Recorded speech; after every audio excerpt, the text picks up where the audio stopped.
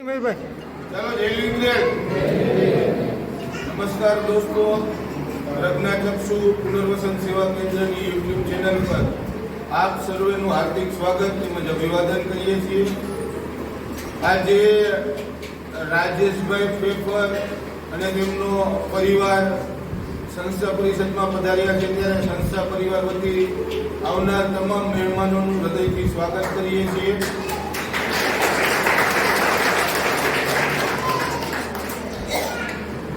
આજે રાજેશભાઈના સસરા રતિલાલભાઈ સીતાપરાનું 12મું હતું। થોડા દિવસો પહેલા એમનું દુઃખદ અવસાન થયું। એમના સ્મરણાર્થે આજે રાજેશભાઈ તરફથી સંસ્થામાં રહેતા નેત્રહીન ભાઈ બહેનોને ભોજન કરાવવામાં આવી રહ્યું છે।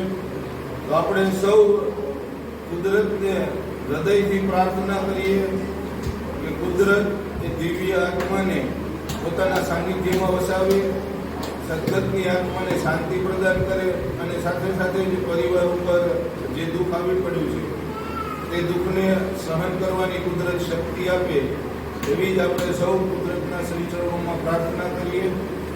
આજનું ભોજન રાજેશભાઈ તરફથી છે। ભોજનની અંદર પાવ, ભાજી, સલાડ અને છાશ, સાથે સાથે જ આપ સર્વે જેમ જાણો છો તેમ સંસ્થા નેત્રહીનોના સર્વાંગી પુનર્વસન અર્થે મોરબીના લક્ષ્મીનગર ગામ ખાતે છેલ્લા 12 વર્ષથી કાર્યરત છે। મોરબીની વિવિધ ફેક્ટરીઓની અંદર નેત્રહીનો માટે આપણે રોજગાર શોધી તેમને રોજગાર પ્રદાન કરીએ છીએ। તદુપરાંત છેલ્લા 10 મહિનાથી સંસ્થાની અંદર રહીને વધુને વધુ નેત્રહીનોને આપણે રોજગાર પૂરો પાડી શકીએ તે માટે ડિસ્પોઝેબલ ઉદ્યોગ શરૂ કરવામાં આવ્યો, જેના માધ્યમથી હાલ 10 નેત્રહીનોને આપણે રોજગાર પ્રદાન કર્યો છે અને ભવિષ્યમાં વધુને વધુ નેત્રહીનોને આપણે રોજગાર પ્રદાન કરી શકીએ એવી બધી વ્યવસ્થાઓ ઊભી કરવા જઈ રહ્યા છીએ। ત્યારે આ વિડીયોના માધ્યમથી આપ સર્વેને અપીલ કરીએ છીએ કે આપણા મોરબીના આંગણે આવું સરસ મજાનું સેવાકીય કાર્ય થઈ રહ્યું હોય ત્યારે આપ સર્વે પણ આ કાર્યની અંદર જોડાવ, નેત્રહીનોના સર્વાંગી પુનર્વસન અને સંસ્થાને વધુને વધુ આગળ લઈ જવામાં આપ સર્વે મદદરૂપ થાવ એવી જ આપ સર્વેને વિનંતી કરીએ છીએ। સાથે સાથે દોસ્તો, સંસ્થા દ્વારા ડેઈલી પક્ષીઓને 15 કિલો છણ નાખવામાં આવે છે। હોસ્પિટલમાં દર્દીઓને ફ્રૂટ અને બિસ્કિટ વિતરણ કરવામાં આવે છે અને નાના મોટા જનજાગૃતિના કાર્યક્રમો પણ સંસ્થા દ્વારા કરવામાં આવે છે। તો વધુ માહિતી માટે આપ અમારો સંપર્ક કરો। અમારો કોન્ટેક્ટ નંબર નીચે ડિસ્ક્રિપ્શનમાં આપેલો છે।